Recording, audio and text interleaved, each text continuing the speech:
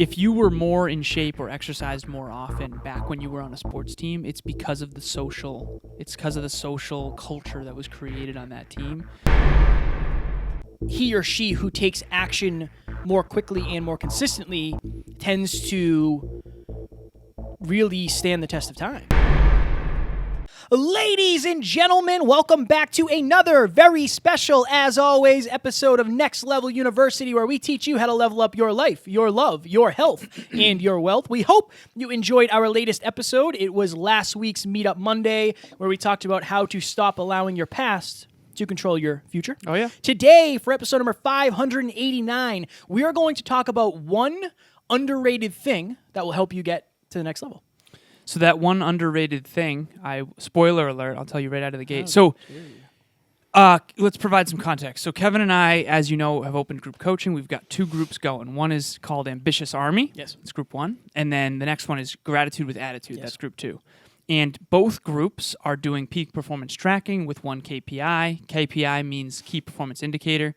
Basically, what peak performance tracking is it's a habit tracker. So these are the 12 things that you need to be doing every single day to hit your goals under health, under wealth, and under love. So one goal for health, one goal for wealth, one goal for love, 90 days, key behaviors under each. Simple, simple, simple. It sounds simple. What Kevin and I are learning, between the team and the two group coaching. Donut burp. Yeah, is that it's simple, but it's not easy. And I think that we've been doing peak performance tracking for a long time now. And we've been habit tracking for a while. And I think we underestimate the challenge that people go through when it comes to actually taking consistent action. The one thing, so I'm going to give a couple examples, couple stories from members of the team. The one thing that you see consistently is the people who take action quickly tend to make more progress than other people. Mm-hmm. And he or she who takes action more quickly and more consistently tends to really stand the test of time. For sure. That's really what makes the biggest difference. So Brandon, for those of you who know, is on the team, and I have been coaching him. And he said, I want to start a podcast. I told him, how to do it. It's done. 2 weeks later, it's completely done. Like, he's ready to roll. It's up. It's submitted. He's got his artwork, all that happy jazz.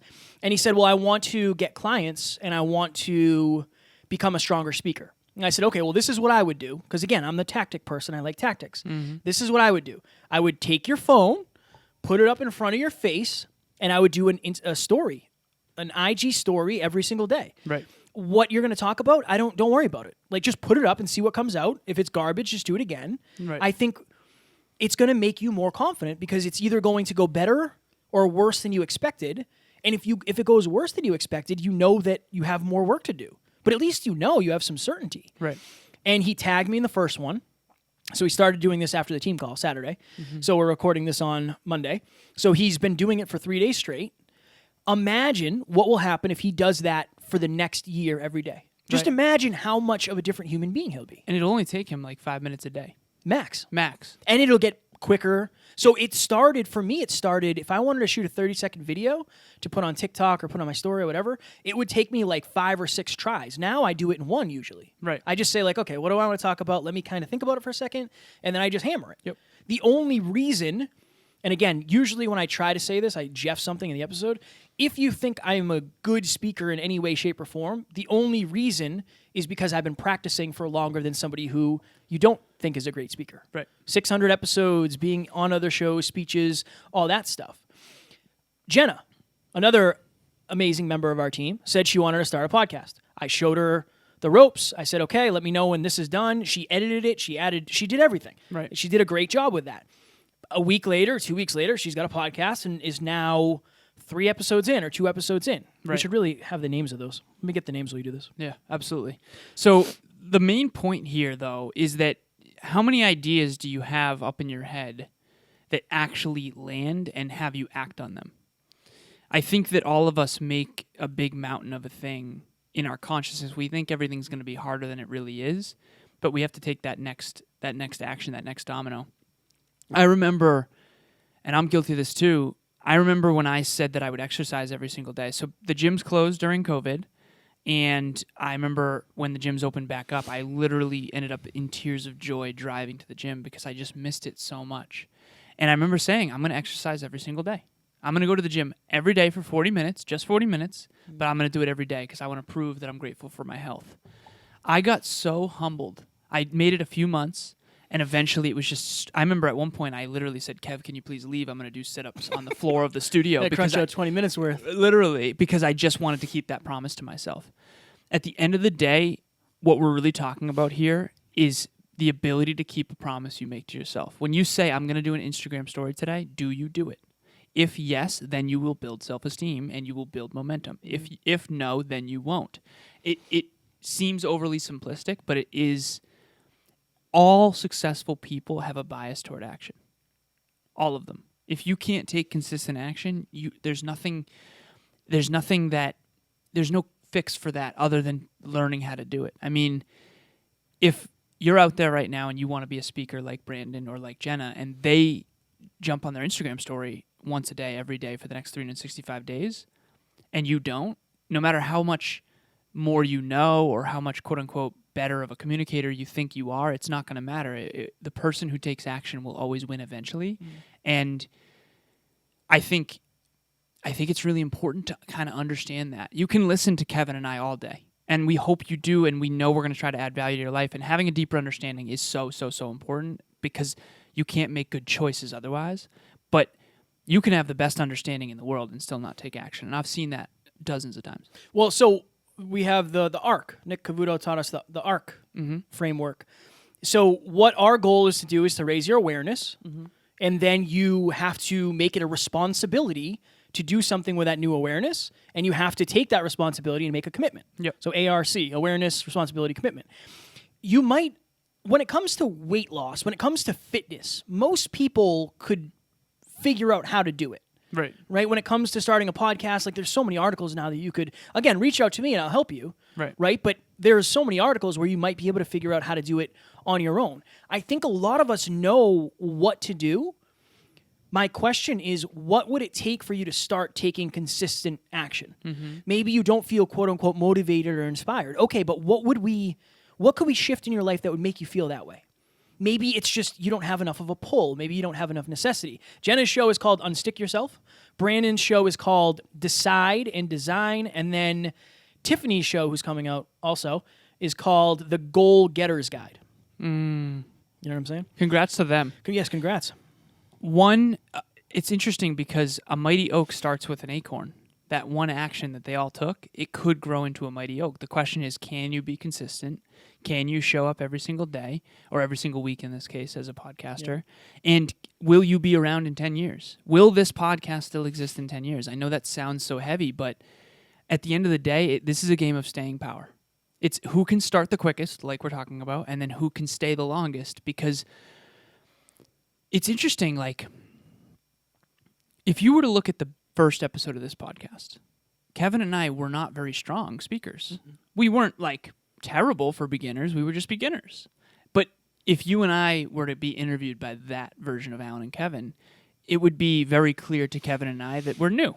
You know? So I think the fear of not being good enough, or the fear of letting yourself down again, or the fear of embarrassment, like, I guess ask yourself, why am I not taking action? Am I afraid to go on my Instagram story? It sounds easy, but maybe I'm afraid. We all avoid things we're afraid of.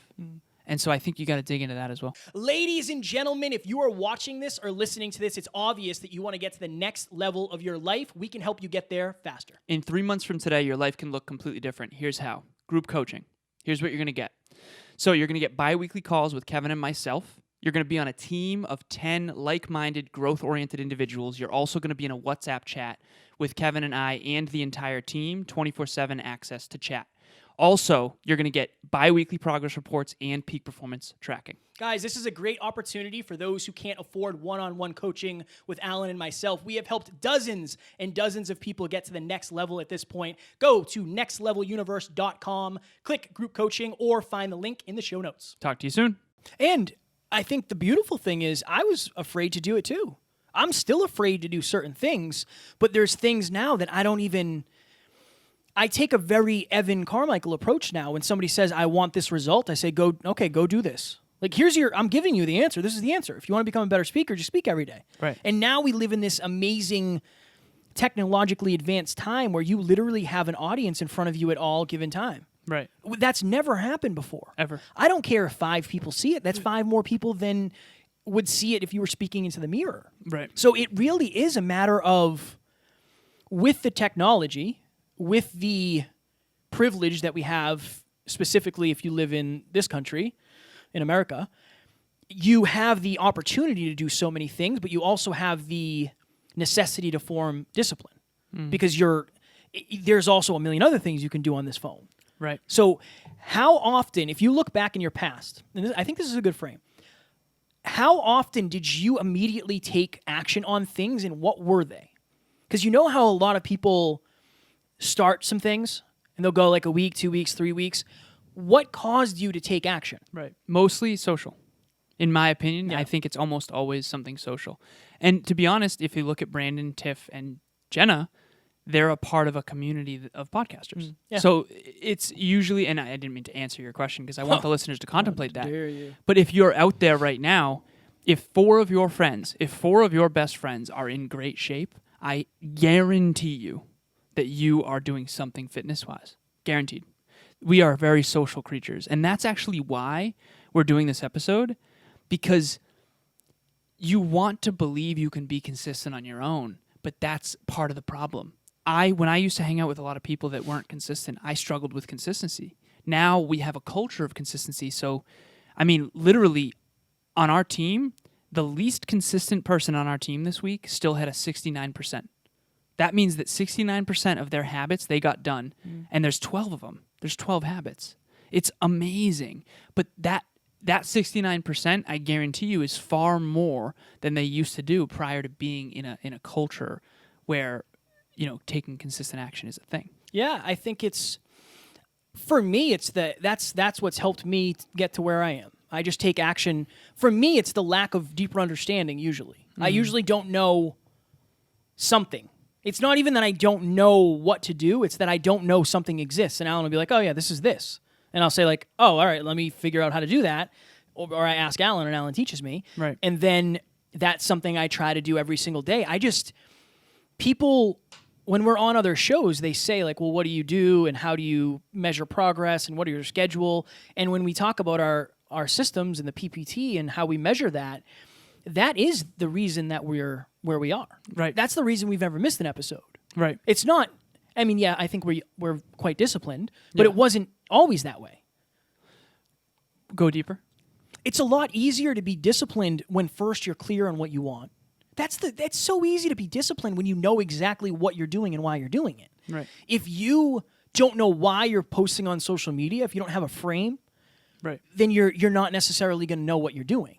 If you don't know why you're reading, then it's going to be way harder for you to pick up a book. For sure. Versus I get to read if I want to be the most successful version of myself. I don't want to say have to, but I get to. I get to learn. I get to evolve. I get to grow to the next level of myself, my most impressive, competent version of myself. And I think that without clarity, it's really hard to take action. It's really hard to take action. So I would say get clear on number one, what do you want? And that's something we always come back to. Right. But even with group coaching, we started with clarity. Yep. Then we went to consistency. Right. And that's what we're talking about here today. Look back in your past. When were you the most consistent and why? If it was in a group setting, find another group. Group coaching, you can do that. You can do Meetup Mondays, whatever it is, Next Level Nation, or maybe you have your own reference group. Peak Performance Partners. All of that. Yep. Did you have a big goal? Okay, time to set a big goal. Did you have somebody that loved you in your life that motivated you or inspired you? Were you motivated by the opposite sex, or the same sex, whatever it is? That too. Figure out where those patterns are in your past, because I'm convinced everybody can take action at a high level. We just have to figure out why you're not in the first place. 100%. If you are out there right now, think about a sports team that you've been on. I can almost guarantee you that you were exercising more consistently on that sports team than you usually do when you're not. The reason why is that social thing we talked about. When you're on a team of a bunch of other softball players or baseball players or basketball players and you go to practice, remember this. You don't want to miss practice because you're afraid to miss out. You're afraid to not be there. You don't want to let the team down. That's kind of, if you were more in shape or exercised more often back when you were on a sports team, it's because of the social culture that was created on that team. And I'll go very quickly on this, but I did Uxbridge track and field. So Kevin and I went to the same high school, and Mr. Hallisey was the coach. And the culture of that team now in hindsight, and this is nothing against Mr. Hallisey, but like it was kind of like a lackadaisical, like we're not very good. We don't even have a track. We're not going to win anyway, so why bother? So like it's almost like the cool kids on the track team, quote unquote, they would like purposely not exercise, and they would like hide when we were supposed to be running, and they would, you know what I mean? And it's just, that's not a winning culture. So naturally that rubbed off on me, and I worked. It's almost like working less hard was cool. And so less people worked hard. Right. And one thing that I will say that I've noticed, leadership is such an important thing. So like if you look at any family, or you look at any company, or you look at any organization, charity even, what the leader is doing or what the leaders are doing is what's rubbing off. And even on our team with peak performance tracking, it's like that's so normal now for our team. At one point, that was completely unfathomable. Yeah. I was on the phone with Tiff last week, and she literally said, like, when Amy and I first heard about peak performance tracking, both of us talked, and we were like, no, hell no, I would never do that. Now they are crushing it. Tiff had 100% week. Right. Tiff, 12 habits, 1 KPI, a 100% week. That means that 7 days in a row, she did every single thing she said she would do. She kept every promise she made to herself. What changed? The culture. What changed is the social group. And so if you're out there right now and you want something like that, group coaching, we're trying to replicate that. But again, like Kevin said, Next Level Nation is a community of people that are growth-minded, want to be more consistent, want to be better. Get around this community. It will rub off on you.